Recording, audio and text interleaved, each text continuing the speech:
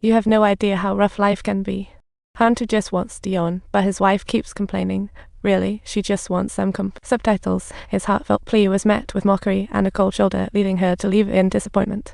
A few days later, Hunter received a huge surprise. Subtitles. Hunter gets sudden good news. McLaren's top driver is out, needing a replacement. Another driver applied before him, and the other driver is super reliable. Meanwhile, Hunter is thinking, for victory, I'll gamble my life. He's all in and ready to do the stuff nobody else wants to touch.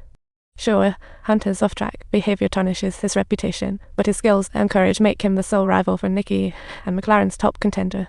Subtitles. After consideration, the boss gives Hunter a chance. At the 1976 Brazilian Grand Prix, Hunter drives McLaren, but loses to Niki due to engine issues.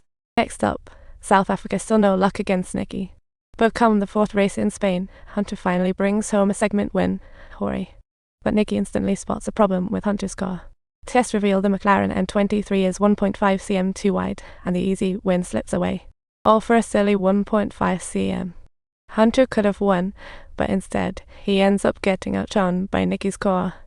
That 1.5 cm really became Hunter's nightmare. Victory eluded him due to a trivial detail. Hunter adjusted the car to comply, but McLaren, once Ferrari's rival, became utterly mediocre. Sometimes it has little hiccups too.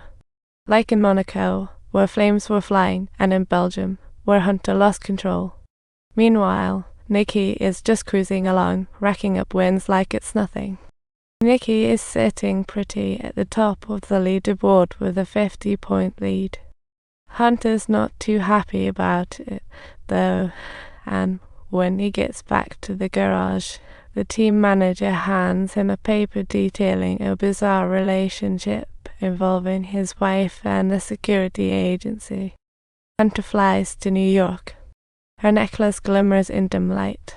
He can't grasp her betrayal until she reveals marriage truths. She knows his daily indifference stems from his lack of love, viewing her as a tool for academic gain. Feeling guilty, Hunter doesn't argue, ending their aimless marriage. Losing both the race and his marriage leaves Hunter powerless. He thinks, I need an outlet. Seeing a waving flight attendant, he decides to cut loose. Emulating Niki and ditching freedom feels like a straitjacket. Letting his true self out sparks his best. At the French Grand Prix, Hunter returned in top form, driving a revitalized McLaren to a dominant win, then easily secured the British Grand Prix title. Even better, the results from Spain that were stripped earlier have been reinstated after an investigation. What a relief. This is really so thrilling, isn't it? This controversial moment. Clearly the best fuel for Hunter's rise to fame and glory. Only by finding his true path can he sail smoothly into the future. Soon, Niki ties the knot with that lady he met in the countryside.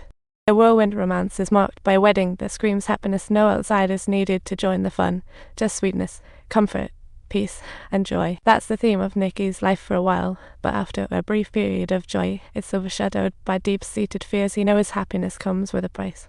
It makes you vulnerable when you have something you don't want to lose. The fear's courage and the track fizzes out. As the races continue, a gaggle of drivers gathers at the most dangerous track, the N0 Arbogring, the real Fohlen graveyard. The track spans 14.2 miles and features 185 twists and turns. Every driver's skills are put to the ultimate test. With terrible weather conditions to boot, one driver's already been injured before the race even starts. Niki hastily calls for a vote to cancel the track's design is all sorts of dangerous, and the relentless rain skyrockets the risk to an unacceptable level. With, of course, there's sneaky opposition brewing behind the scenes. It's just a plan.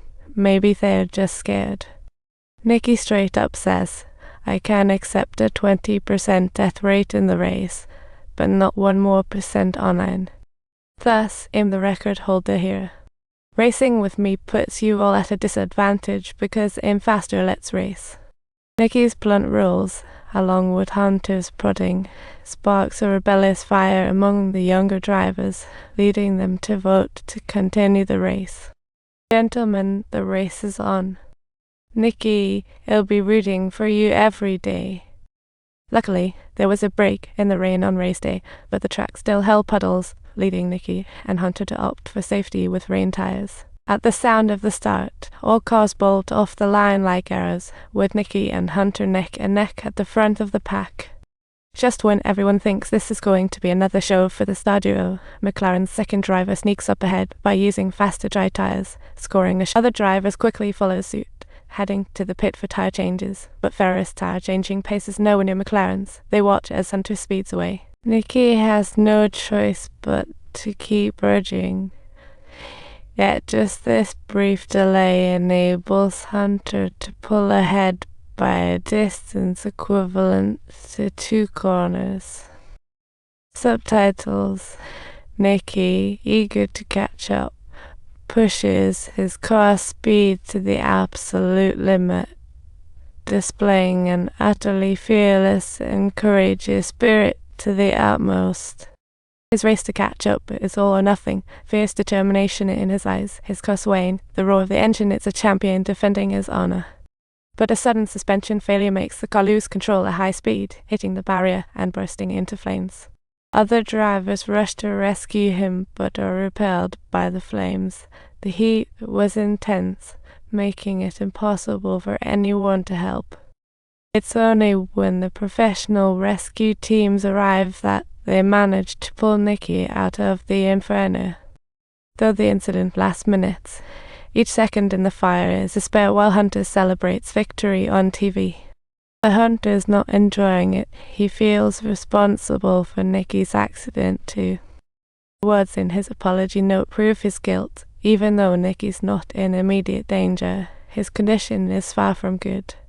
Niki has suffered serious lung burns and infections, and even after treatment, he has to endure painful lung cleaning every day. The subtitles show the doctor first pries his mouth open and then shoves in a half-meter long tube. This cruel cleaning procedure skyrockets the pain index. No anesthesia means he's got to grit his teeth through it all, staying focused on the phone race on TV. Without him in the race, Hunter wins 3 consecutive victories, making the points gap start to shrink.